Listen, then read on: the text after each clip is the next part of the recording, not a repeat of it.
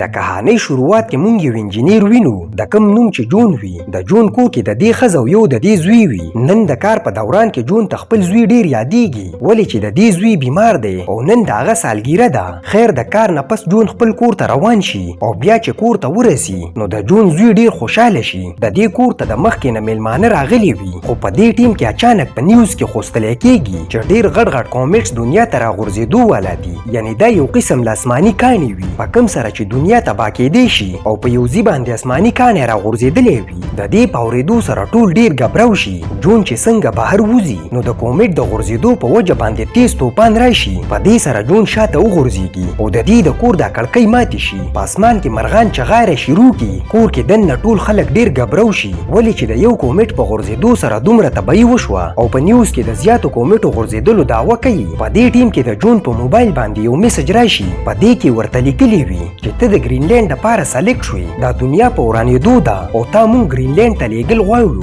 دغه میسج د دې په ټي وي هم راشي. د ټولو نظر چې په دې میسج باندې ولګي نو ډیر زیات خفه شي ولې چې د دومره خلکو کې حکومت صرف جون بچ کول غواړي او بیا دا ټول دلته نه لاړ شي. د دې نه بعد جون او د دې ښځه ټول سامان پیک کړي او دلته نه د وتلو تیاری کوي. بیا چې کله د کور نه بهر وځي نو یو ښځه د دیو د ګاډي مخکې راشي ورته وایي چې زما بچی ورسه بچ کوي او جون ورته وایي چې مونږ ته د نور چا د بوتللو اجازت نشته او بیا دلته نه روان شي. په لږ ټیم کې دیو آرمي بیس ته ورسي. دلته کې ډیر جازونه ولاړ وي. په دې کې به دیو ګرینلینډ ته ځي.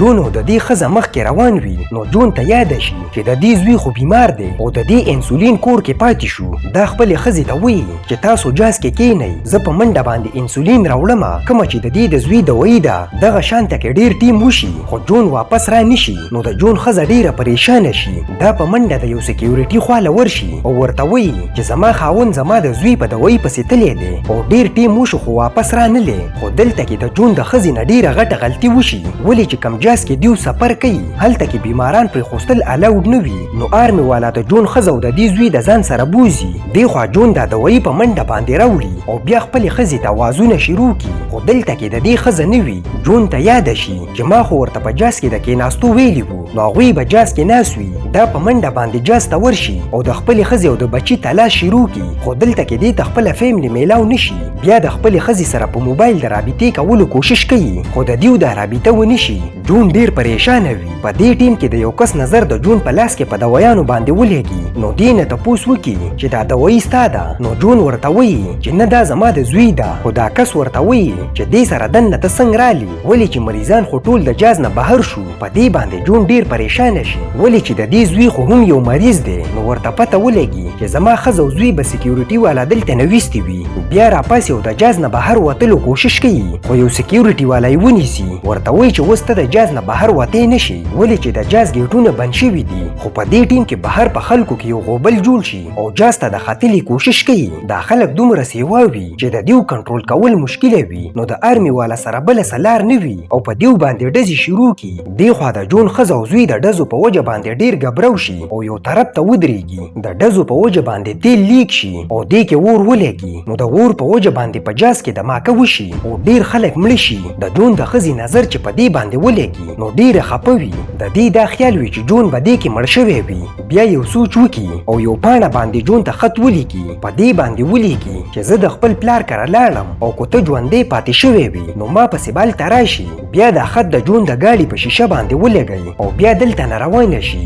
دې خوا جون بچ شوی وي او په خپله ښځه او زوی پسې لکه د لیونو ګرځي خو دې ته ښځه او زوی میلاو نشي. بیا په منډه باندې د خپل ګاډي خواله راشي. د دې دا خیال وي چې زما ښځه او زوی به دې ګاډي کې موجود وي. نو دلته خو ورته ښځه او زوی میلاو نشي خو د دې نظر په هغه خط باندې ولګي کوم چې دې ته خپلې ښځې لیکلی و. د دې په لیدو سره جون ډیر خوشحاله شي ولې چې د دې ښځه او زوی ژوندي دي. دې خوا د جون ښځه او زوی په منډه باندې د یو ګاډي خواله لاړ شي او د ډریور ته وایي چې موږ دواړه خپل ګاډي کې پرېږدئ. نو ډریور یې خپل ګاډي ته راوخیږي. بیا ته ډریور تپوس وکړي چې تاسو دلته څه کوئ. نو د جون ښځه ورته ټوله قصه وکړي. ورته وایي چې زما خاوند یو سرکاري انجینیر دی د کوم په وجه باندې چې سرکار مونږ ګرینلینډ ته وړلو خو سکیورټي والا زما زوی بهر کو ولې چې دا بیمار دی او بیا د خپل خاوند نه جدا شوم. ډریور چې د دې خبرې واوري نو د دې زړه کې یو لالچ راشي. نو ډریور ګاډی ودروي او بیا د جون ښځه په زبردستۍ باندې د ګاډي نه بهر کی. د جون ښځه دې ته ډېرې زاریګانې کوي چې زما زوی پرېږده، خو دا ډریور ډېر ظالم وي، د دې زوی د ځان سره وتښتئ. دې خوا جون ډېر پریشانه وي ولې چې د دې د ښځې د پلار کور په کنیډا کې دی او دا په هر حال کې کنیډا ته ځان رسول غواړي. نو دا د یو ټرک خواله ورشي کوم چې د کنیډا دپاره روانېږي او ډریور ته ریکویسټ وکړي چې زه هم تاسو سره دې ټرک کې تلل غواړم. نو ډریور یې ټرک ته وخیژي. د دې نه بعد دا ټرک روان شي. په ټرک کې د جون سره یو کس میلاو شي او ورته وایي چې آیا تا ته پته ده چې حکومت ولې انجینران بچ کول غواړي؟ نو جون ورته وایي چې ما ته څه پته نشته. نو دا کس ورته وایي چې ډېر زر به یو غټ کومیټ راوغورځېږي په کوم سره چې به ټوله دنیا تباه شي او واپس د دنیا د جوړېدو دپاره د انجینرانو ضرورت دی. نو جون ورته وایي چې زه یو انجینر یم او حکومت ما ته میسج هم کلی و خو زما نه زما ښځه او زوی ورک شوي دي. دا کس ورته وایي چې مونږ کنیډا ته روان یو او د کنیډا نه یو جز ګرینلینډ ته ځي. نو مونږ به هغې کې په غلا باندې لاړ شو. خو بیا ورته وایي چې ته خو حکومت سلیکټ کلی نو اخر په پټه ولې روان یې؟ جون ورته وایي چې زه لا اول خپله ښځه او خپل زوی کتل غواړم، د هغې نه بعد به ګرینلینډ ته ځمه. دې خوا مونږ هغه ډریور وینو کوم چې د جون زوی تښتولی وي. دې سره ګاډي کې د دې ښځه هم وي. دا د خپلې ښځې ته وایي چې ما څومره د چالاکۍ نه کار واخیستو ولې چې دا ماشوم د یو سلیکټډ فیملی دی، د دې په لاس باندې یو بنګلی دی او د دې په ذریعه باندې مونږ هم دغه جاز ته خطې شو. بیا چې کله دیو ارمي بیس ته ورسي نو دلته کې یو سکیورټي والا ته وایي چې دا زما زوی دی، د دې په لاس باندې سټرپ لګېدلی دی او مونږ نه خپل سټرپونه ورک شوي دي. څنګه چې د آرمي والا دیو دننه پرېږدي. په دې ټیم کې د جون زوی د آرمي افسر ته وایي چې دا زما مور او پلار نه دي، دیو زه کیډنیپ کلی یم. نو آرمي والا ته پته ولګي دا دیو نه دا ماشوم واخلي او بیا یې کیمپ ته یوسي. دې خوا د جون ښځه په څه ناسه طریقه باندې آرمي بیس ته راورسي او دلته کې ټولو نه د خپل زوی په باره کې تپوسونه کوي. نو یو افسر د دې مدد وکړي او دا کیمپ ته راولي. دلته کې د جون ښځې ته خپل زوی میلاو شي نو ډیره زیاته خوشحاله شي. بیا د جون ښځه نرس ته د خپل پلار د کور اډرس ورکړي، ورته وایي چې مونږ دلته تلل غواړو. نو نرس ورته وایي چې زه به تاسو یو بس کې کینوم او هلته به تاسو ورسئ. په دې باندې د جون ښځه ډیره خوشحاله شي. خیر د دې په ذریعه باندې د جون ښځه ورسي. دې خوا جون په څه ناسه طریقه باندې د خپل سخر کور ته ورسي او بیا دننه ورشي. دا خپل سخر ته وایي چې دلته کې خو به زما ښځه راغلې نه وي. نو د دې سخر ورته وایي چې نه. جون ورته وایي چې دا دنیا ډیر زر ورانېدو والا ده او که چېرته په ټیم باندې هغوی راونه رسېده نو مونږ به هم مړه شو.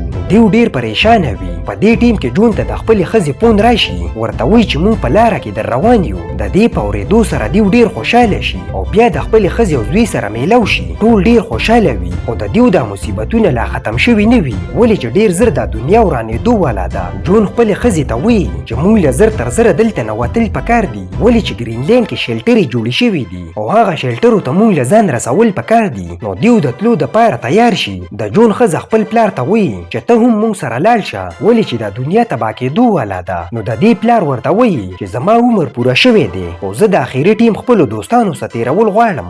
بیا دیو له د تلو اجازت ورکړي. نو ټول په منډه باندې روان شي. دیو چې څنګه ګاډي کې کیني نو واړه واړه کومیټس په راغورځېدو شي، هر طرف ته د کاڼو باران جوړ شي.